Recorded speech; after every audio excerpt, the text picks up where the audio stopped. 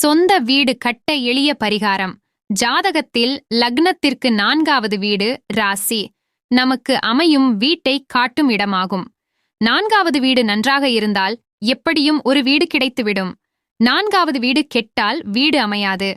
உங்களின் ஜாதகத்தில் 4வது வீட்டு அதிபதி யார் என்று பார்த்துவிட்டு அவருக்கு ஒரு அர்ச்சனை செய்துவிட்டு வியாழக்கிழமை தியாரும் குரு பகவான் அல்லது தட்சிணாமூர்த்தி சந்நிதியில் அரச இலையின் மேல் 4 தீபத்தை வைத்து ஏற்றி வழிபட்டு வாருங்கள்.